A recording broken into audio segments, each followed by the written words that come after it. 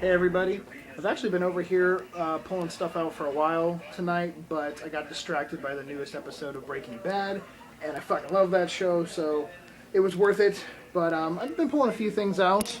Uh, this dude who's going to be out by the street this year, I'm going to bloody him up a little bit more too. I think that's the theme. I probably said that about like five props so far. I'm pulling them out. I'm like, oh, I'm going to bloody this one up a little bit more. I'm not so much like into everything having to be gore. I've never been about that, but it's so easy to just squirt a little bit of fake blood in my hands and rub it on there. So it's more of just me being lazy and wanting a dark reddish nasty color on a lot of props. But anyways, so he's gonna be out in a by the street almost in a little scene that I'm still putting things pieces together in my head. But now I've got more room in here, and I can actually climb up and start taking some of this stuff down from the ceiling. You can get like a top-down view of the remaining mess in the closet. Ugh.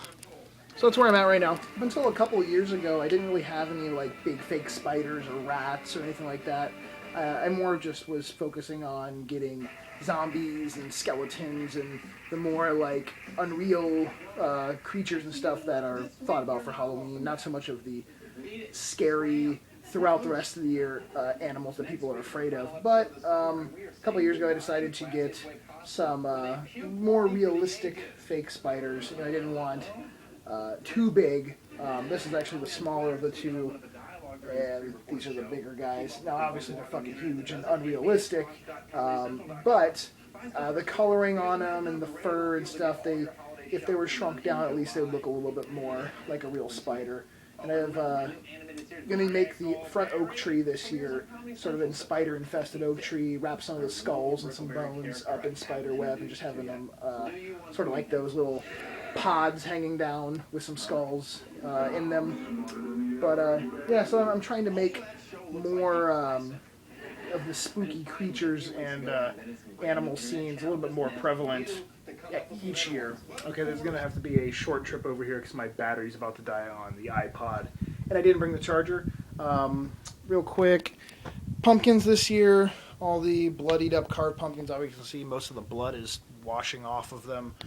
Those were on the rebar for the last 5 years now.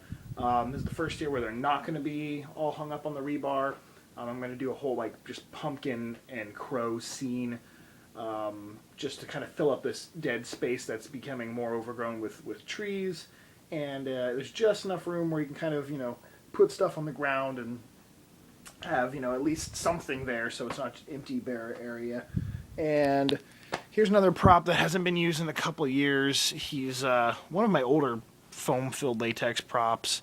He quivers and shakes and makes some growly drool sounds. He used to be in the laboratory torture scene with that guy, and I actually used the mummy in there just because he's a tall, sort of bandaged, tied up looking guy, maybe like he was being starved to death in there. But I don't know if I'll use him this year. Oh shit, I'm stepping on the hands of a zombie down there. I don't know if he'll get used this year or not. Don't really have a area for him to go in too much. I might put him in the shipping yard crates area. Maybe I'll have him sitting up on top of one of the crates or inside of one or something like that. We'll see. And then I hung all the spiders out here.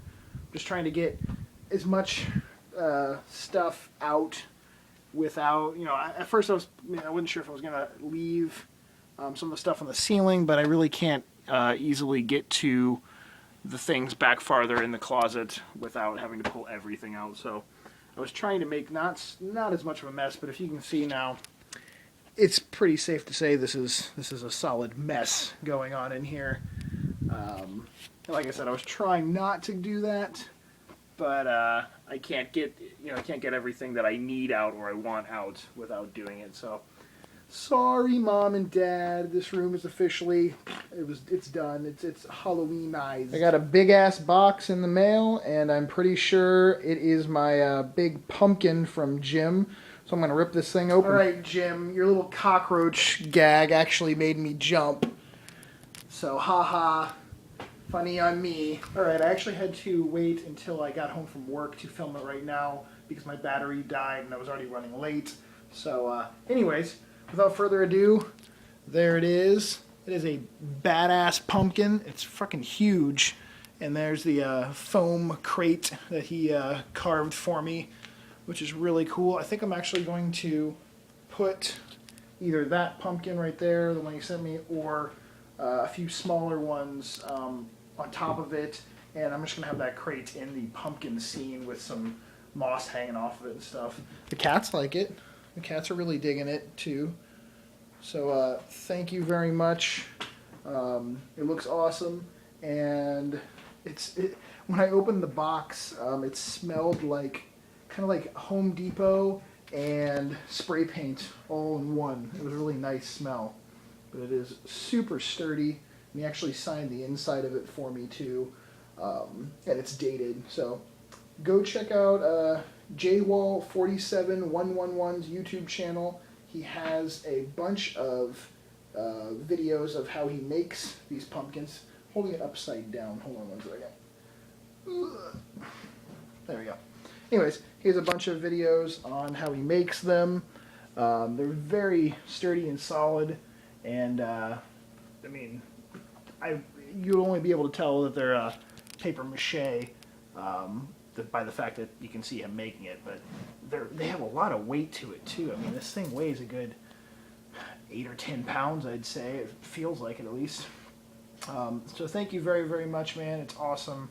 I really appreciate it, and I like having a lot of different types of pumpkins. I want to kind of grow my pumpkin patch and that whole scene. So thank you again, and go check out JWall's channel. I can finally say that this little bastard is done. I'm not doing anything else to him.